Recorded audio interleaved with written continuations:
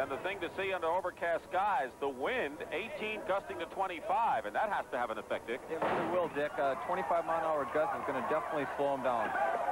And this is a scene that never fails to amaze. It's the start of any road race or marathon, seeing all the masses, and I guess calls for a lot of concentration there to avoid stepping on people. It really does. They've got to be very careful. It could be very easy to get tripped up.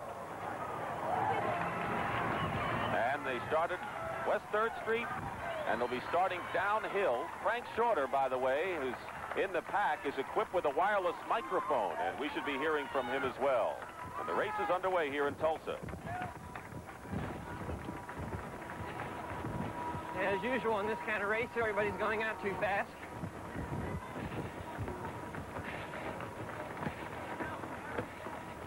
I just got elbowed by somebody I'll pass later, probably.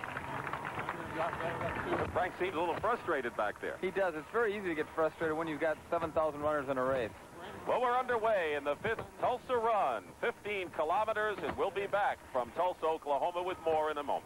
The run, Interstate 244, is that road where they're going into the overpass. This is a tight group of runners right now, and there's some runners in there that shouldn't really be in there right now because they're going out fairly fast. On the left, you may see with the red shoes and the gold and white shirt is Bill Rogers, who ran a terrific marathon in Melbourne 2 weeks ago at 2:11:08. He said he'd like to finish in the top 5. And, of course, we heard from Frank Shorter before. Bill Rogers and Frank Shorter, two of the legends of road racing.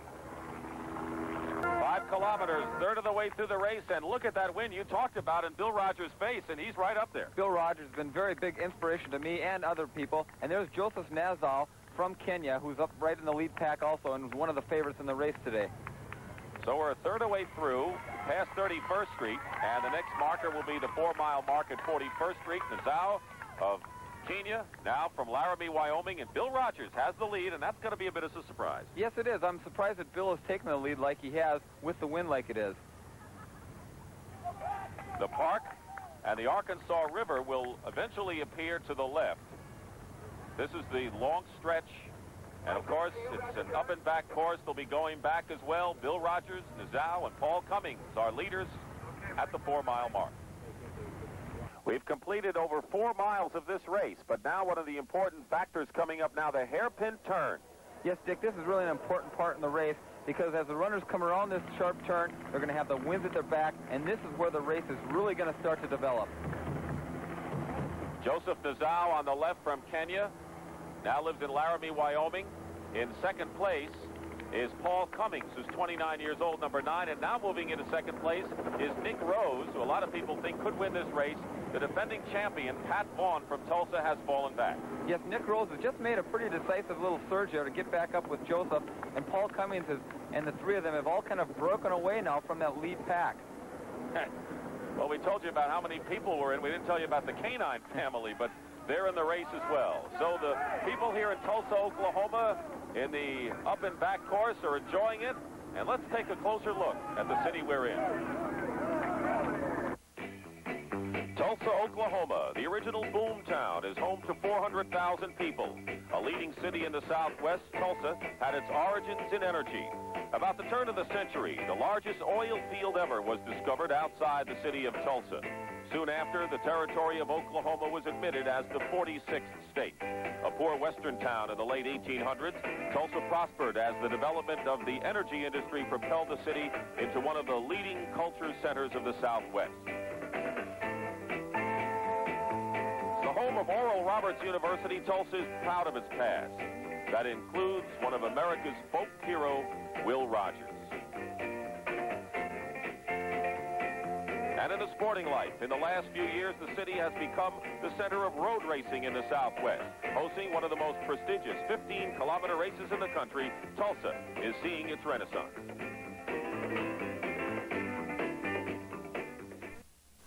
Well, last year we had some rain, we have clear weather, and there's Francie LaRue Smith, who's 29 years old, who says she's slowly moving toward more road racing, and she's leading the women. She looks real good, too, Dick. Her arms are good form.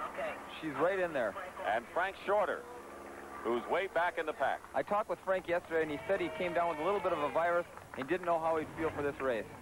Don't forget, he ran in the New York City Marathon last week, and now here's the hill, the other point we talked about. just about at the 8-mile mark, and this is steep indeed. It really is, Dick, and this is where somebody, I think, is going to try to make a move, whether it be Nick Rose or Joseph Nazow. It's going to be an important part in the race now. They really have to work going up that hill. They both look pretty fresh, however, and we can really see the difference in the styles of the two runners. They really do. They look very good, and it looks like they're both working, but are still in control of themselves. We'll be back with the finish to the Tulsa Run in just a moment. Joseph Nazow, 30 years old, from Kenya, out of the University of Wyoming.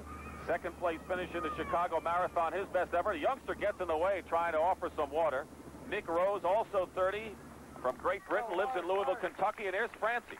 At the 8-mile point here, going up the Houston Hill, she looks very strong and very relaxed. She's definitely broke open this women's race. Strictly a two-man race, Rose and Nazow takes the lead as they're on Boston Street right now, and Nazow puts it on. There he goes. It's one straight stretch now, about 3/10 of a mile into the finish, and now it's a sprint to whoever gets there first. Nick Rose said he hoped that it would be a windy day to slow down the first half, and then the last half of the race might be to his advantage. So far, it's worked out that way, but he has Nazow to counter with. It really has, and Nick Rose has got a tremendous amount of speed. There, a woman gets in the way. That's 2 incidents now. Nazow has the lead. Joseph Nazow without the number, and Nick Rose is in second place, and those runners from Kenya can really all of a sudden affect races. They really can, and here they're going into their final sprint. Nick's got a lot of speed, but he's looked like he's tightening up in his shoulders a bit. So this is the final sprint, and the Tulsa natives on the side now. There's what's that armored truck doing there? A vehicle just got in the way. I can't believe it. And that has affected both runners, and Nazow looked to be a little uncertain. Meanwhile, Nick Rose continues to churn away, and he's putting it on, and he looks like he's going to finish first in this race. I don't know what that truck story was, but it's going to really raise some questions. Nick Rose has won it. I can't believe it, Dick. This really had to upset Joseph Nazow because he definitely had the race in hand. The truck got in his way. I've never seen anything like it. You know, the worst time to have any kind of obstruction would be at the finish line of a race. And you would think that the authorities would make sure, with all the fans there, that that would not happen. Here it is again on replay. Nazow has a slim lead over Nick Rose. He's the 30-year-old from Nairobi, and he's done well in the Chicago Marathon. Rose coming off a fine track season. Here's the armored truck right in their paths. Now, Nazow doesn't know where to go. Rose finds the easy way around our truck and the other truck. Now, look at Nazow now. He looks like, is that the finish line? And Rose, meanwhile, to his credit, continues to run, and he continues to sprint past Joseph Nazow to win this race. And an incredible event here, and we've had a few obstructions in this race, but this was certainly major. Nick Rose has won the race. Joseph Nazow is in second place, and Dick Beardsley is with the winner. Nick, just getting done with this fast race, what happened at the end with the vehicle getting in your guys' way? Well, it was funny because even though it's about 370 yards to the finish from where we turned into this road, it was a long way, and I just wanted to really stick behind Nazow and just try and kick it in the last few yards. But he was really hitting it hard, and he opened up a bit of a gap there, and all of a sudden I saw this armored truck getting away, and I wasn't really sure where the finish was, and I thought, well, maybe that's the finish where the armored truck is. And he went one side, I went the other, and we came out pretty even, and then it seems he misjudged the finishing line, and I still didn't know where it was, so I just kept hammering away, and I went by him, and all of a sudden I could see the finish there as we came up over Rise, and I felt really bad because you know, I know he misjudged it, but then again, you should always keep going until you do actually pass the line, and a lot of people actually back off and get overtaken close to the line, so I'm just glad I won. What did you think when you saw the truck, that white truck in the horizon blocking the way? What were the thoughts? I thought that was the end, and then I kept on going to see. Then I wanted to pass the truck so that I can see the tape, but I didn't see it. Did you think you were going to win this race? There was no doubt, I tell you. The way we were running all the way, there was no doubt. I was just relaxed, waiting for that straight, because I knew it well. Bill Rogers hoped to finish in the top 5. He did.